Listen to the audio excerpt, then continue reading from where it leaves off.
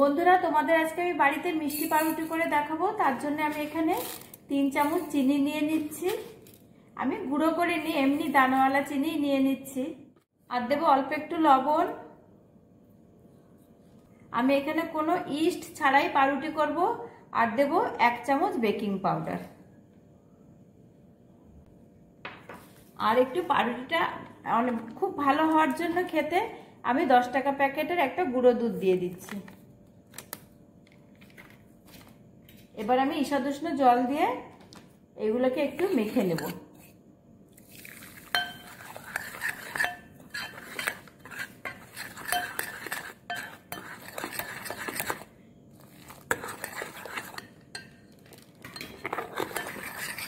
দেখো baking powder দিয়েছি, তার জন্য দেখো কতটা ফুলে গেছে। আমি কিছুক্ষণ এটা একটু ফেটিয়ে নেব।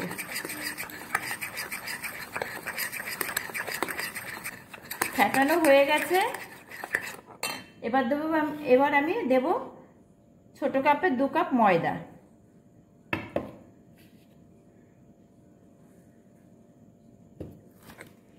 এই ব্যাটারটা কিন্তু একদমই শক্ত তৈরি হবে না, একটু নরম নরম ব্যাটার তৈরি করতে হবে। শক্ত করলে পাউরুটি একদমই হবে না।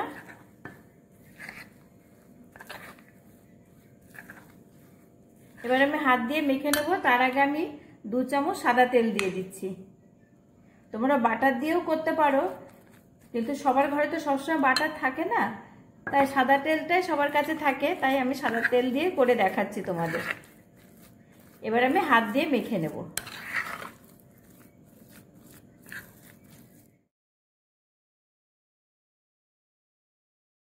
একদমই শক্ত করে মাখা যাবে না, একটু পাতলা পাতলা ভাবে নরম নরম ভাবে মাখতে হবে। 1 ঘন্টা ঢাকা চাপা দিয়ে রেখে দেব। এ দেখো আমি 1 ঘন্টা পরে ফিরে এসেছি, কতটা ফুলে গেছে। একটা পিঁড়ির উপর আমি অল্প একটু ময়দা ছড়িয়ে দিচ্ছি। এবার ডোটা আমি পিঁড়ির উপর নিয়ে নিচ্ছি, দিয়ে হাত দিয়ে খুব সুন্দর করে সমান করে নেব।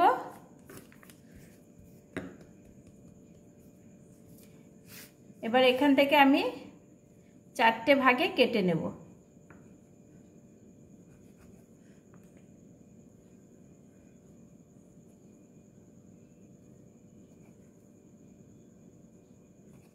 প্রত্যেকটা ডো হাতের সাথে নিয়ে আমি সুন্দর করে একটা মসৃণ ভাবে তৈরি করে নেব।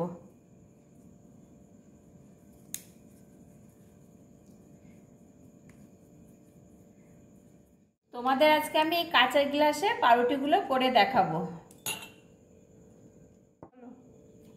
আমি প্রত্যেকটা গ্লাসে সাদা তেল মাখিয়ে নেব, যাতে পাউরুটিগুলো তৈরি করার পর সহজেই উঠে যায়। তোমরা কিন্তু বাটারও মাখাতে পারো, কিন্তু হাতের কাছে সাদা তেলটা সবসময় থাকে, তাই আমি সাদা তেল মাখিয়ে করছি। প্রত্যেকটা গ্লাসে পাউরুটিগুলো যাতে সহজভাবে উঠে যায়, আমি সুন্দরভাবে সাদা তেল মাখিয়ে নিচ্ছি।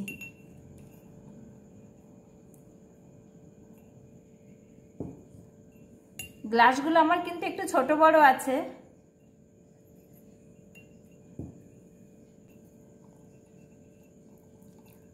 পাউরুটিগুলো গ্লাসে করব, তার জন্য আমি একটু ময়দাটাকে লম্বা শেপ দিয়ে নিচ্ছি, দিয়ে গ্লাসের মধ্যে দিয়ে দেব।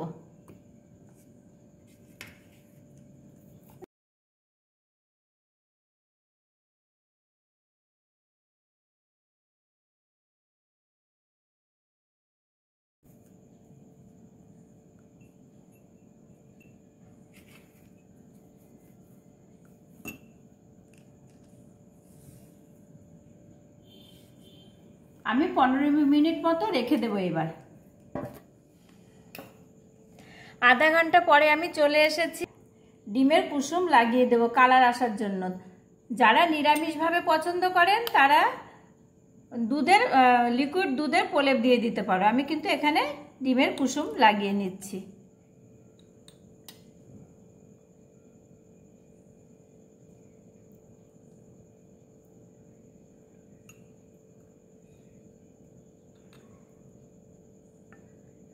সুন্দর একটা কালার আসবে ডিমের কুসুম লাগালে। দুধ দিয়ে প্রলেপ করলেও সুন্দর কালার আসবে।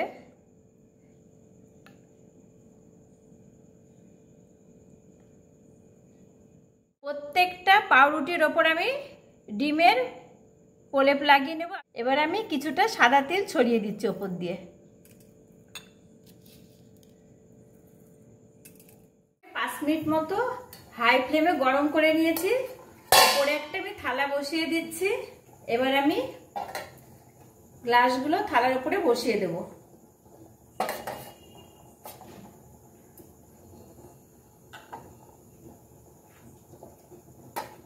এবার আমি ঢাকা চাপা দিয়ে রেখে দেব।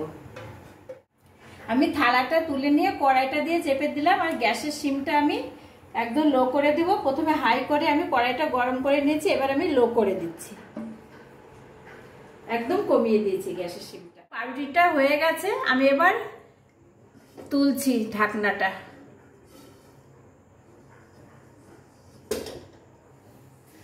দেখো বন্ধুরা কি সুন্দর ফুলে উঠেছে আর কতটা সুন্দর দেখতে হয়েছে। আমি গ্যাস ওভেনটা এখনো অফ করিনি, করে দিচ্ছি। বন্ধুরা পাউরুটিটা নামিয়ে নিয়েছি, এখন প্রচন্ড গরম।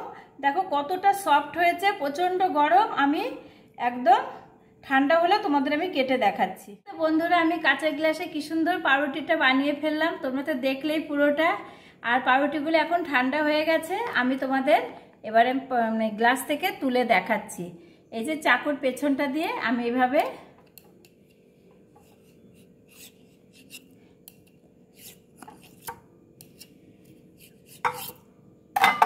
এবার হাত দিয়ে একটু এইভাবে ইয়ে করবে, দেখবে উঠে যাবে।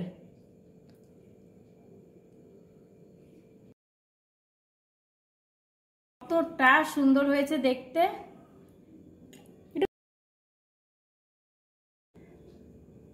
আর কতটা সফট হয়েছে দেখো।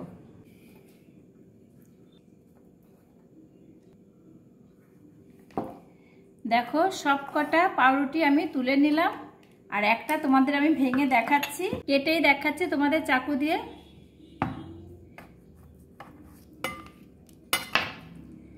দেখো কতটা সফট হয়েছে, আর পুরো দোকানের পাউরুটিকেও হার মানাবে, এত সুন্দর। এ দেখো,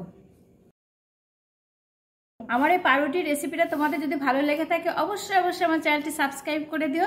আর যারা নতুন বন্ধু আছো তারাও কমিউনিটিতে গিয়ে আমার চ্যানেলে সাবস্ক্রাইব করো, আমি তোমাদের কাছে নিশ্চয়ই যাব।